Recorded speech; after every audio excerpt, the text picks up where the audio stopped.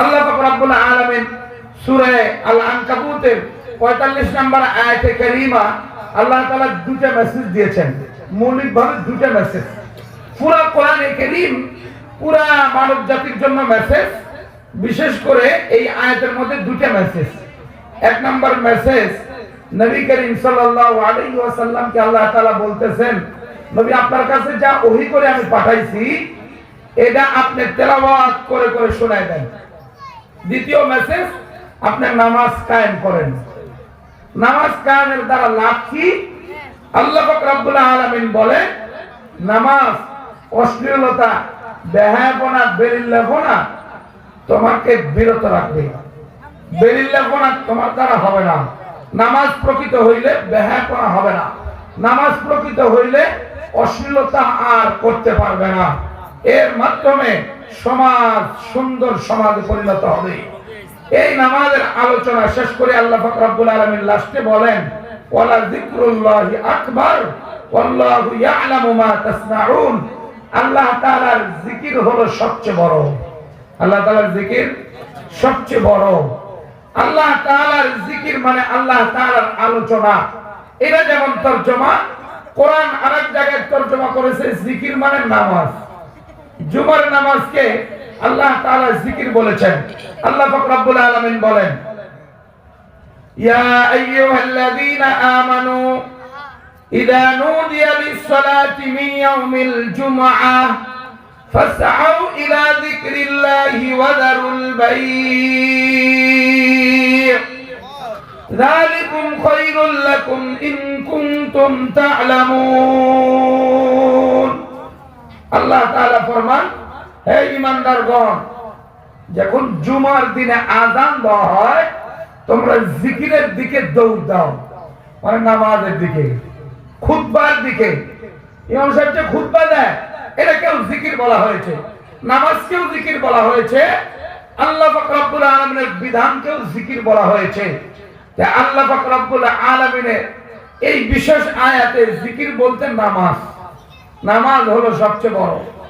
আপনার কাজ থেকে নামাজ বড়, আপনার দোকানদারি থেকে নামাজ বড়, আপনার লেনদেন, চলাফেরা, হাঁটা চলা, আপনার সাংসারিক কাজ কারবার থেকে, সব কিছু থেকে নামাজ বড়। কথা কোন ঠিক না ঠিক? নামাজ বড়। তাহলে মৌলিক দুইটা কথা, একটা কথা হলো কোরআনে কারীম, দ্বিতীয় কথা হলো নামাজ। আর এই দুইটা জিনিস প্রত্যেকটা মুসলমানের জন্য কম্পালসরি। এই দুটাকে বাদ দেওয়ার সুযোগ নাই। যতক্ষণ দেহে প্রাণ আছে এতক্ষণ কোরআনে কারীমের তেলাওয়াত চলবে।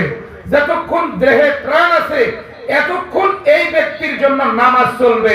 সে যে অবস্থায় থাকুক, মুকিম হোক, মুসাফির হোক, সুস্থ হোক, অসুস্থ হোক, যতক্ষণ জ্ঞান আছে এতক্ষণ তার নামাজ লাগবে। কথা কোন ঠিক না ঠিক? নামাজ বাদ দেওয়ার সুযোগ নাই, কোনোভাবে নামাজ বাদ দেওয়ার সুযোগ নাই। যতক্ষণ এই ব্যক্তির মস্তিষ্ক ঠিক আছে, হুঁশ আছে, তার নামাজ পড়তে হবে। নামাজ কোনো সময় বাদ নাই। আমরা নামাজ পড়ি তো? ধরে বলেন পড়ি? আমরা সমাজের প্রত্যেকটা লোকই নামাজ পড়ি? পড়ি না। বেশিরভাগ লোকই পড়ে না, অল্প সংখ্যক লোক পড়ে। এই অপরাধের সাথে সমাজের বেশিরভাগ লোক জড়িত। তার প্রমাণ দেখেন, আমাদের সমাজে 2-3% লোক চুরির সাথে জড়িত। এই কথা ঠিক না ঠিক? শতকরা 5% চোর, 5% ডাকাত, 5% জেনাকার, 5% খুনি। এই কথা ঠিক না ঠিক? আর 95% হলো বেনামাজি। এই কথা ঠিক না ঠিক? কথা বলেন, কথা ঠিক না ঠিক? 95% নামাজ পড়ে না।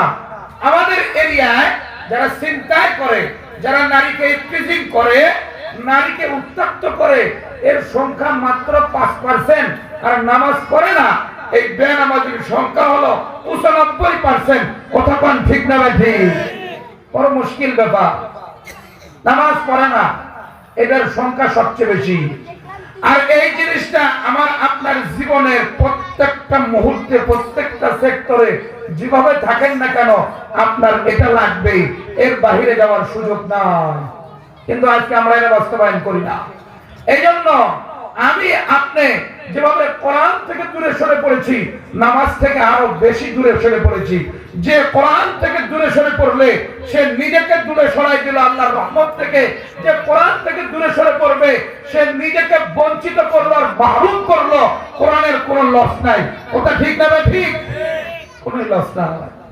এই কোরআনের বড়